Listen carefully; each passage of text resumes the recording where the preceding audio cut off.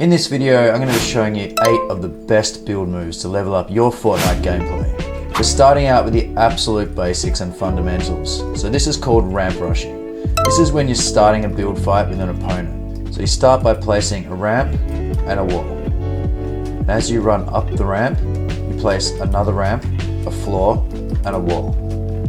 And you place a ramp, floor, wall. You just continue this process all the way up.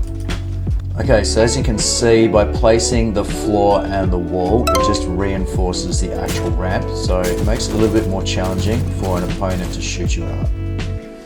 So you can actually do this by just doing a ramp and a wall.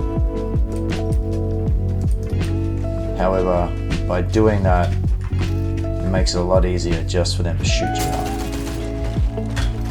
After you've mastered the ramp rushing with walls and floors, you're set to learn 90s. 90s are the fastest way to get to the high ground. It's basically the same as ramp rushing, but you're turning to the side while doing it. Alright, so to do this one, you place a ramp, a wall, you run up the ramp, you turn 90 degrees, and you place 2 walls. You place a floor, and you place a ramp. And then you run up, turn 90 degrees, place 2 walls, floor, and a ramp.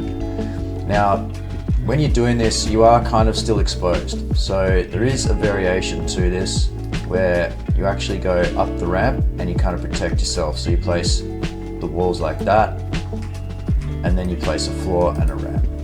And as you're going up, you place walls around you.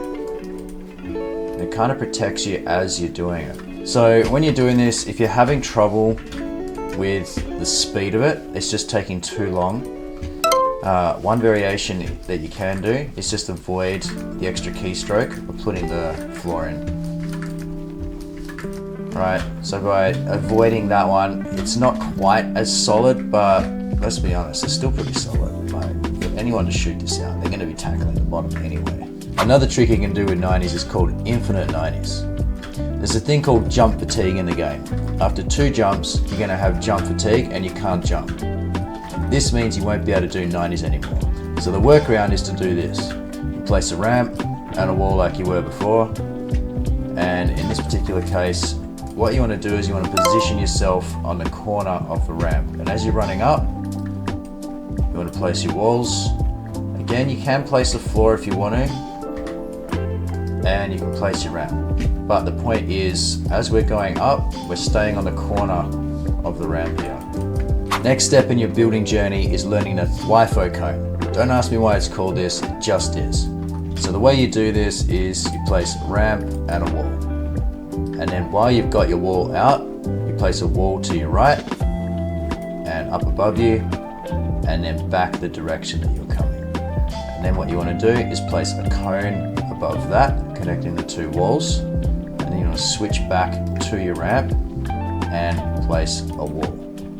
And while you got your walls out, again, to your right, behind you, cone, and ramp, wall, ramp, wall.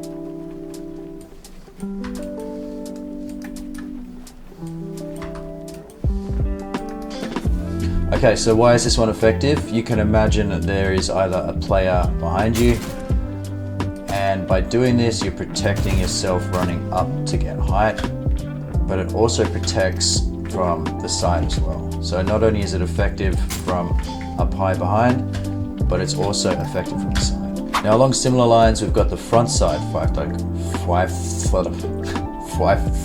Cone. This one can come in handy big time when you're starting a fight. Let's say you're ramp rushing your opponent and end up getting 1 layer above you. You do a front side Thwifo Cone, and this will block the angle.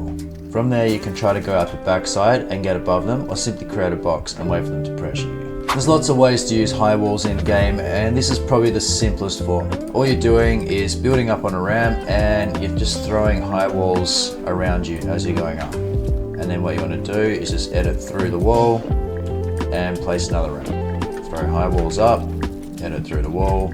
Alright, and a variation of this one is as you're ramping up and placing high walls, you can actually place a ramp above you as well, which will protect you from anyone who might be shooting from behind.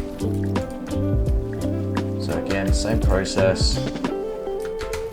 just running up, placing high walls. And that's what it looks like. It's pretty protected from the side. As you can see, if someone's up here trying to shoot you, they're going to have a hard time hitting you while you're doing that. Because by the time they've shot out that wall, they're going to have to try and get in front of you. And again from behind, you can see that as you're running up, that ramp that you're placing on top of you is also protecting you. The 180 retake is very flexible in interpretation, and this is one way you can do it.